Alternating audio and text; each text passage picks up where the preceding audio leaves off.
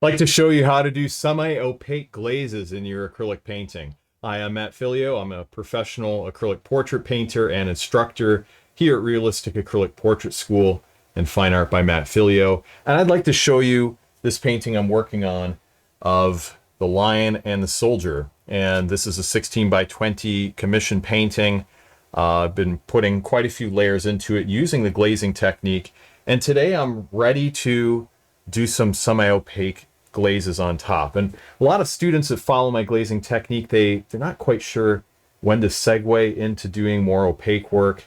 And some of them even think that when you use the glazing technique, everything has to be semi-transparent or translucent.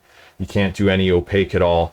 That's never been the case. I do a lot of opaque painting. I just use the glazing technique to benefit me where it can benefit me. And I use opaque where opaque can benefit me. So never let the glazing technique be a constraint to you.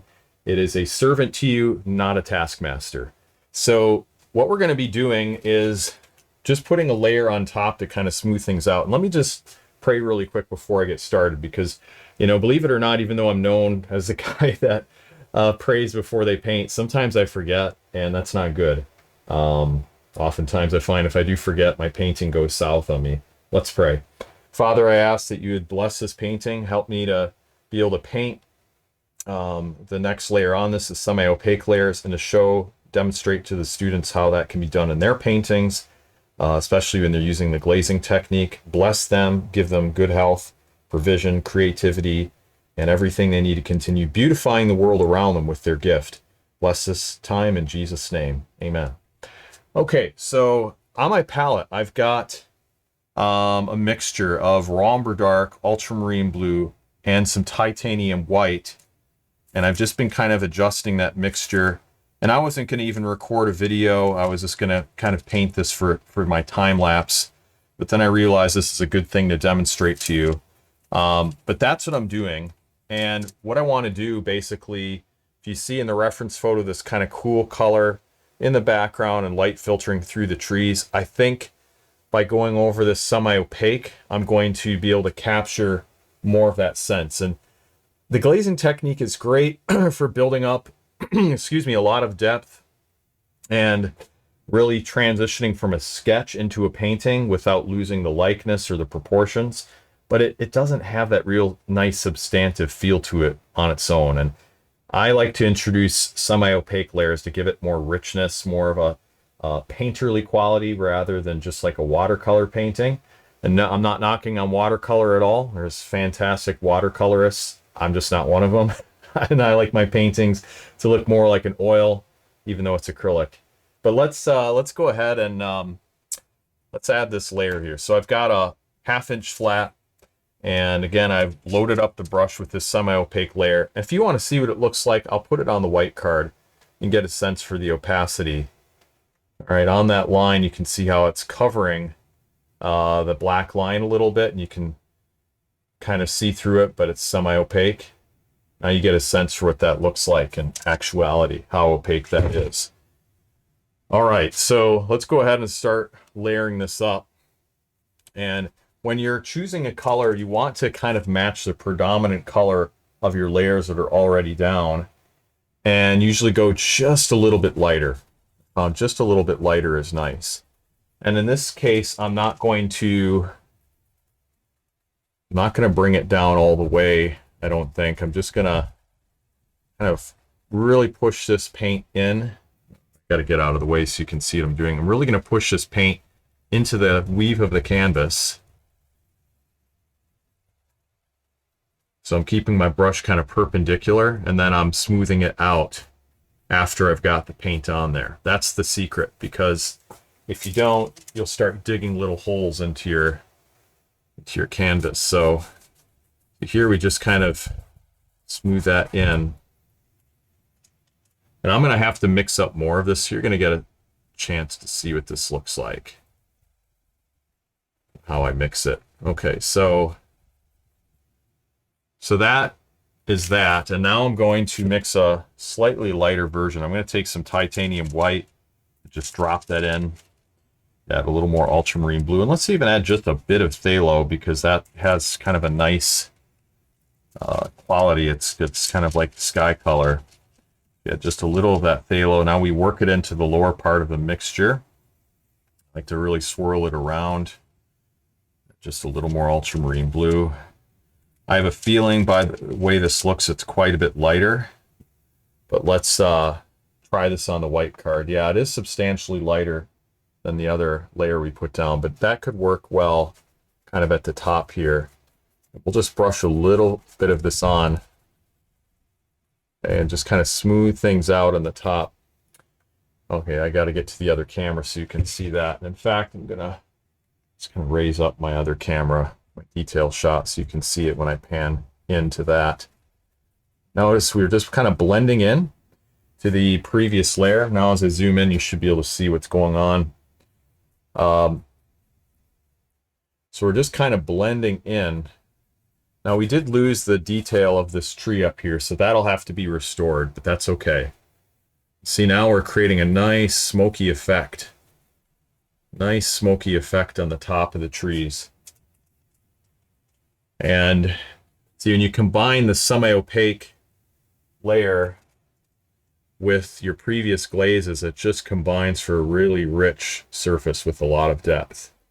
And you can apply this then to the other trees and start working that in, keeping the brush very perpendicular and then controlling the brush pressure. The more paint you squeeze out, see that, the more you get. I mean, the more pressure you put on your brush, rather, the more paint squeezes out onto the canvas. So your brush pressure is so important with this technique.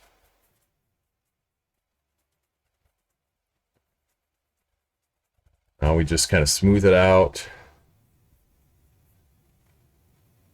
Okay, and then we're going to also add some to this far left side. Okay, and we're kind of fading these out a little bit almost. Just, I'm pulling from this lighter part of my mixture. I have a little more titanium white up here. In fact, I'll just add a bit more.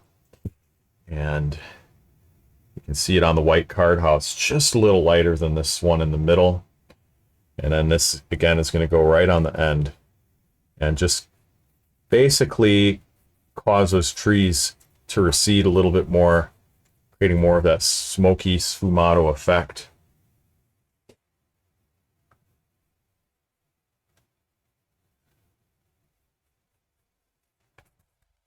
That's good.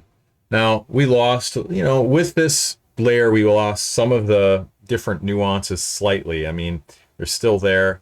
Things have kind of flattened out just a little bit now. And that's okay. That's part of the process. We're going to go back in. We're going to start reintroducing some more of the shading that we lost, the differences in some of the branches. But what we will have gained is more of a smooth, substantive feel to the painting. And this whole process will be really introduced to the entire painting, more or less.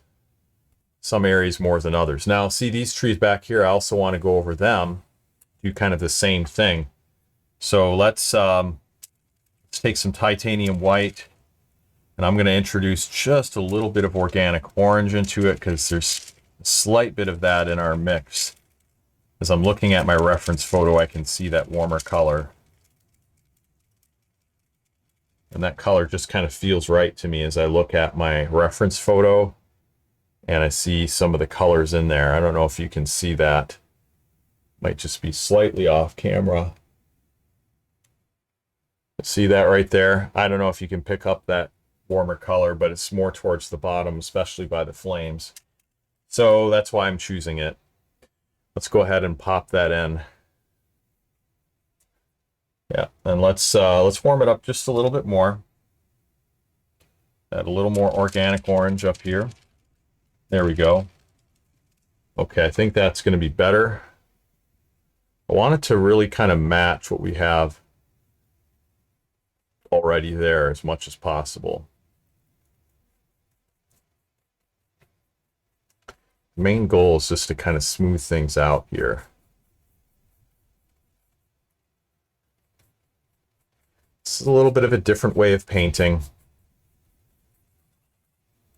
It's not you know, like your traditional landscape painting where you'd paint, you know, everything in the background and then keep adding elements in the foreground on top until you get to the very front.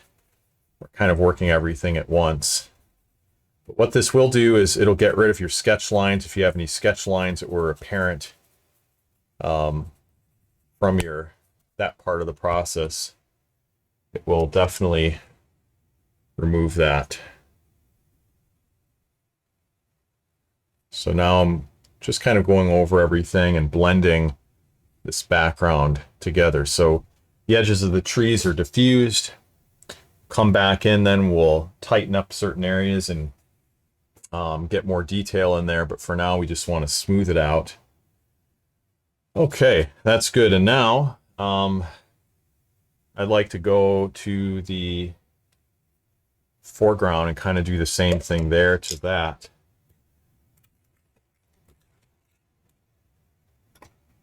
So let's do that. Let's go ahead and pick a color. The main way to do this is to match the main color that you've got with your glazes. So you're going to just pick a color that looks similar to that and go with it. So in this case, I'm going to need a little more brown. I'm going to add some raw umber dark to this existing glaze and just kind of adjust that one rather than create a whole new glaze. And then I'm also going to add a little bit of alizarin crimson. And I think with that adjustment, we should get a nice color that matches pretty close. And then here's what it looks like on our white card. You can compare it to the colors we used for the background and see how much cooler these ones are and how much warmer that one is here. So, but I think it's going to match pretty well. I'm just guessing. Yeah, it's pretty close. I mean, ideally, I'd like it to be a little lighter than that. So let's just pull a little of this pinkish tone up here that we used on those trees in the way back. Just add it to that, lighten it up a little bit more. Let's add a little bit of titanium white to it. And let's just add a tiny bit of burnt sienna to warm that up more. Okay, now let's take this. Here it is on a white card, a little bit lighter, I think. Okay, and we're just going to pop this into the foreground, and I think that'll really smooth things out nicely.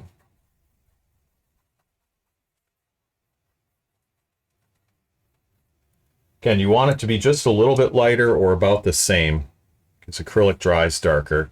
If it ends up being a little darker, that's okay too. It's just it usually works better if it's about the same value or a little bit lighter.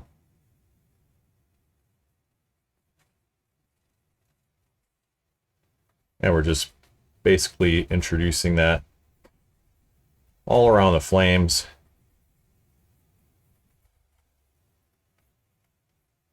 Now we're going to add a little more matte medium to this and then put it in behind the soldier.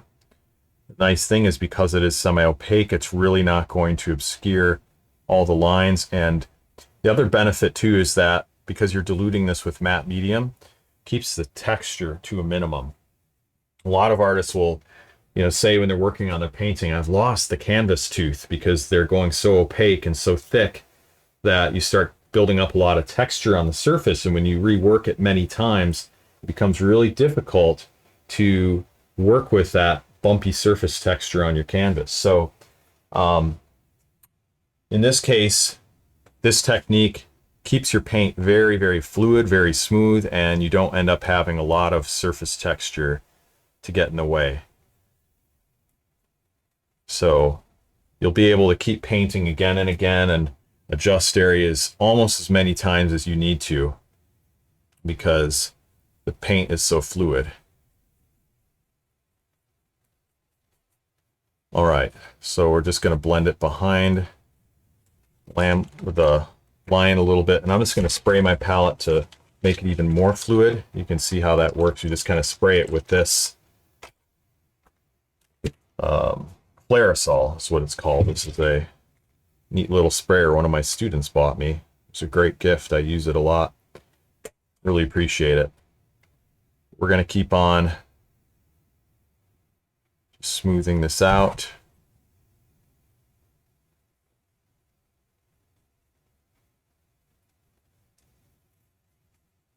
Okay.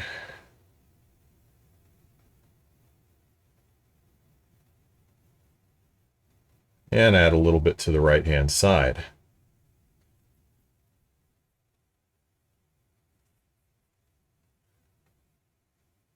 All right, so you can see how it's changed the painting a little bit.